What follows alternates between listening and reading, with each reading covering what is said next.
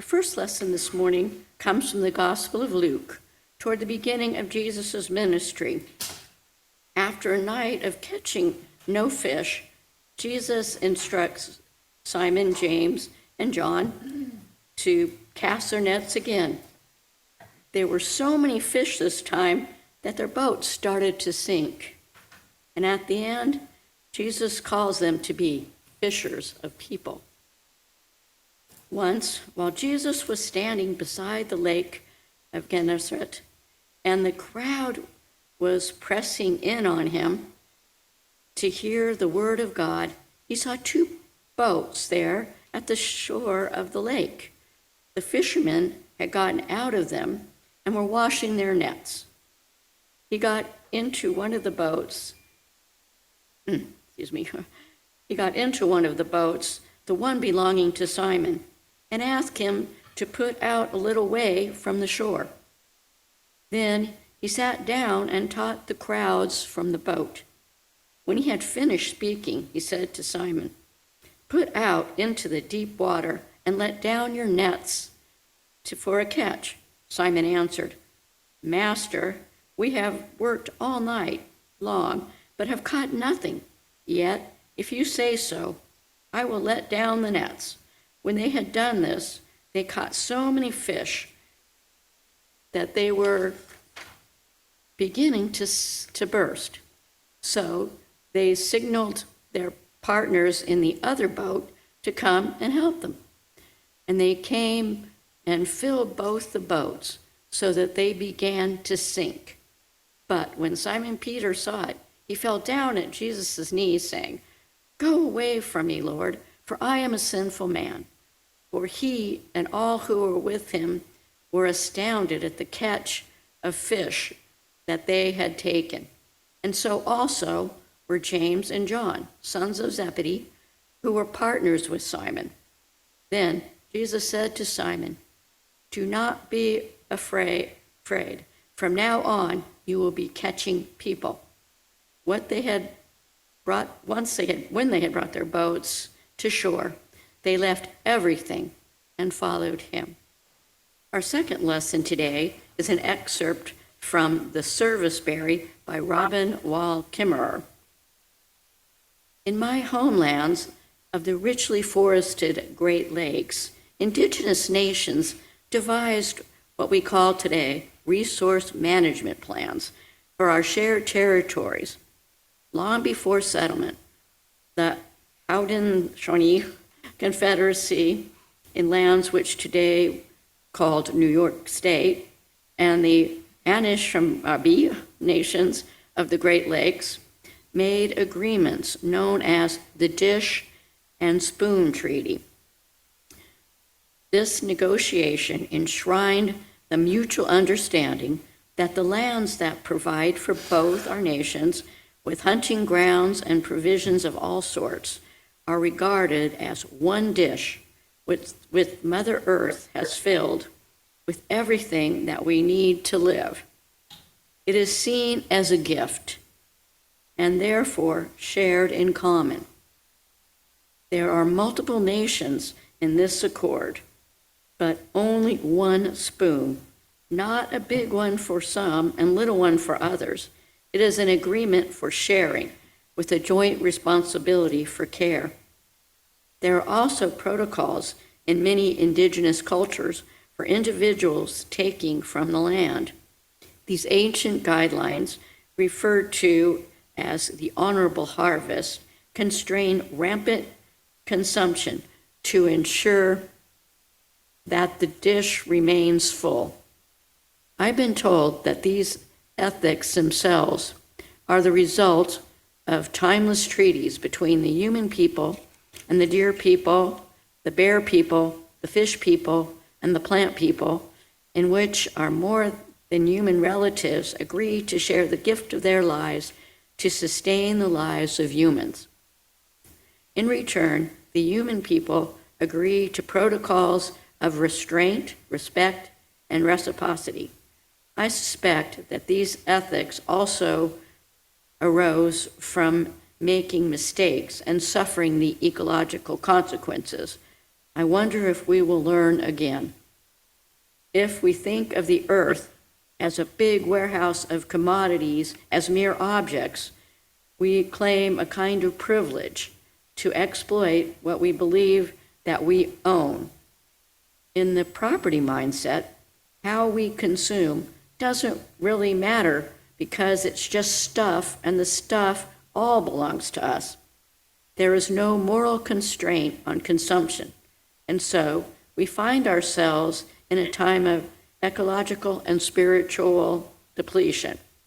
But in the worldview of the land as gift, where the givers are someone's, not some things, consumers confront a moral dilemma. We humans must consume, since we are animals to whom the gift of photosynthesis was not given. But our patterns of gross overconsumption have brought us to the brink of disaster. What would it be like to consume with the full awareness that we are the recipients of earthly gifts, which we have not earned? To consume with humility. We are called to harvest honorably, with restraint, respect, reverence, and reciprocity. Have you ever noticed how, maybe even wondered about, how there are all these fishy stuff going on in the Gospels? A lot of what happens in the Gospels happens around the Sea of Galilee, which is called Lake Gennesaret in today's Gospel reading. And you may end up wondering why. Why all this talk about boats and fish and fishers? Why all the major followers of Jesus came from small fishing villages around the Sea of Galilee? Well, biblical and historical scholar John Dominic Crossan thinks it has something to do with politics. And any similarities between Crossan's description of the politics of Jesus' time and the politics of our time is purely, I'll let you decide whether it's coincidental or prophetic. Jesus tells us that when Jesus was born, Luke tells us that when Jesus was born, Herod the Great was the ruler, was known as the King of the Jews. He had been appointed to that position by the Roman emperor. When he died, there were various contenders to take his place. What Emperor Augustus did was simply divide the territory that Herod the Great had ruled between his four sons, between Herod's four sons. Herod Archelaus, I think that's how his name was pronounced, got the south and the title of ethnarch. Herod Antipas was put in the north, and he was called tetrarch. He wanted to be monarch, mono, one, ended up being tetrarch, sort of a quarter king. Crossan is convinced that Antipas wanted to be king of all the Jews, not merely the tetrarch of the territory in the north, and so he went about trying to be as good as or better than his dad, Herod the Great. During the reign of Emperor Tiberius, Antipas, trying to curry favor, Crossan contends, built a new capital city in the north, one that he called, being creative, Tiberias, after Emperor Tiberius. It would have been much simpler and cheaper to rename the capital of Sepphoris after the emperor and put up a new road sign as you entered the city, or a triumphal arch. Instead, Antipas built a new city, and he built it on the coast of the Sea of Galilee. Moving your capital 20 miles to the east is a huge expense, and it's going to annoy a lot of people, a lot of powerful people. Can you imagine the elites, the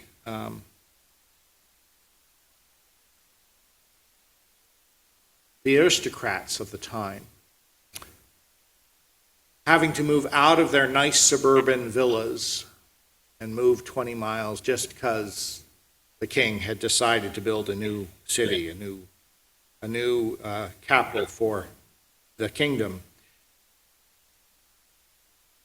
Well, there had to have been a bigger reason that Antipas had for doing this than just to curry favor with Tiberius.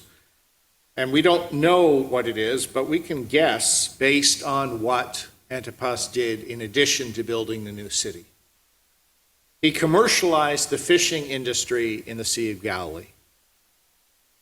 Prior to Antipas's move of the capital, fishing in the Sea of Galilee was essentially subsistence fishing. Fishers likely did some farming as well, providing food for their families, and they went and caught fish to bring protein into the diet and a little more variety. And they may have sold some of their catch if they had a particularly good day, but mostly it was subsistence fishing. Antipas needed money to move the capital to this new city of Tiberias. Crossan says, all of a sudden you're probably going to be taxed on your boat. You're probably going to be taxed on your catch, and you may have to sell it to his fish, to Antipas's fish factories. He's going to have salted fish, and he's going to have dried fish, and he's going to make a fish sauce that the Romans love called garum, which apparently Crossan does not like. He's going into the export business, and this is not good news for peasant fishers. This new city of Tiberias opened for business in the year 20. Jesus began his ministry at the end of that decade. So within the less than a decade, the damage being done to the fish populations in the Sea of Galilee from this new colonial extractive economy that Antipas established had already started. These are the conditions the people who lived in the villages around the lake were experiencing when Jesus started teaching in Galilee, and as we learn in today's lesson, when Jesus started organizing in Galilee. And I don't think it's surprising that Jesus picked the villages around the lake for this early teaching and this early organizing work. Likewise, it's not at all surprising that Simon and his fishing partners had fished all night and caught nothing, as we learned in today's gospel lesson. The fact that there had been additionally a hint in chapter 4 sort of supports this, that Simon's fishing business was not going well. In chapter 4, we find out he's living with his mother-in-law.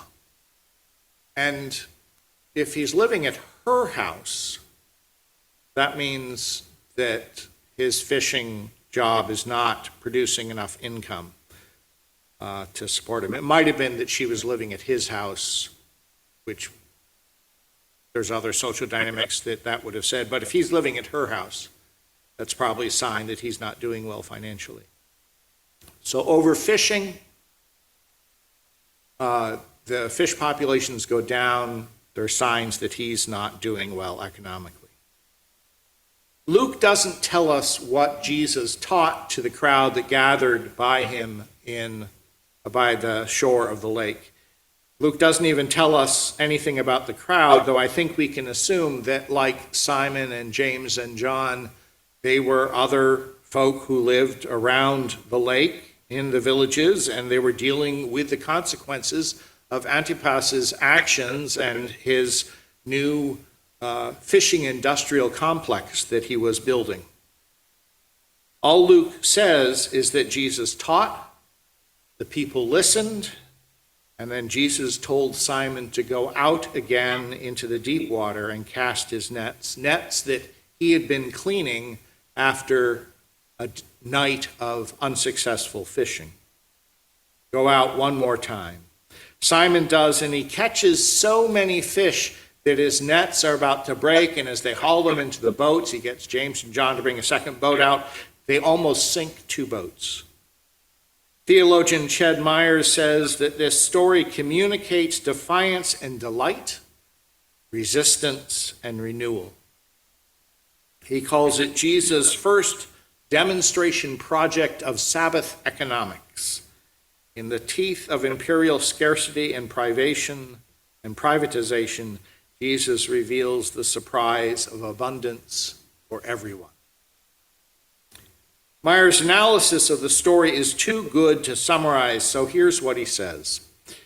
Jesus' strategy is unlike that of Gandhi's mobilization of the lowest caste in India in his 1930 march to the sea to create salt, or Martin Luther King Jr.'s fateful decision to stand with the Memphis low-wage sanitation workers strike in 1968. True social change only comes from below. So Luke depicts Jesus organizing a teach-in among these disgruntled workers. He concludes his analysis of their plight with an object lesson instructing Simon to shove off into deep water and cast his nets one more time. The boatman's response is poignant. But we have worked through the night and we caught nothing, he bitterly laments. Local waters were becoming fished out, depleted by extractive colonization like diamond mines in Africa, like logging, or rainforest logging in Latin America, like tar sands extraction in Canada. The mystical yet material moment of this great catch symbolizes the abundance of creation restored. It's a glimpse of how their water used to be before the artificial scarcity wrought by the empire. Ironically, it also portends a double disaster for Simon, the potential loss of his boat and the loss of his nets. And yet it is this overwhelming catch, tearing their nets, that also smashes their cycle of poverty. This prophetic sign is a reminder that creation rightly shared can sustain everyone, starting with the peasants. So should these hard-pressed peasant fishermen joyfully gather this illegal windfall, or should they run to the hills from the regulators who might persecute them for an unauthorized catch? Jesus understands their anxiety and compassionately invites them to let go of their fear. And then he offers them something even more powerful than a bumper harvest. He offers them a paradigm shift toward a radically alternative location. I've got a better idea, he says. How about you come on with me and we catch some really big fish? The fishing for people is one of the most famous lines in gospel literature. Evangelicals have traditionally interpreted it to mean that Jesus was calling them to go save souls. In fact, Jesus is alluding to no less than 4 prophetic oracles about justice, which use the metaphor of a fishing expedition. Jeremiah 16, Amos 4, Ezekiel 29, and Habakkuk 1 all have these metaphors about justice, oracles about justice that use fishing as a metaphor. Jesus both knew the prophetic literature and sought to embody it anew in his context. For him, fishers of people was a Sabbath Economics call to join him in overturning the structures of power and privilege in the world to restore both creation and equity. And having little to lose, the fishermen join him. They join his movement. It's a beautiful story. We've spent the last 4 weeks, and we'll spend a couple more, looking at Jesus' economics, Jesus' version of Sabbath economics. We looked at how by turning the water into wine at the wedding in Cana, Jesus lets the nobodies of the world in on his secret. In the economy of Jesus, there is enough for everyone. And I believe that it was that good news, in that good news, we can find the love-based hope that moves us forward in faithfulness, even when we're not sure that we will succeed. We looked at how in Jesus' inaugural sermon he declares his purpose, the overturning of power structures, that oppress. Jesus speaks of empowering the poor, of releasing the captives, of letting the oppressed go free, and he inaugurates God's Jubilee, inviting us into that same purpose. And we looked at how the wounds we carry are in need of healing and at Jesus' desire to heal them.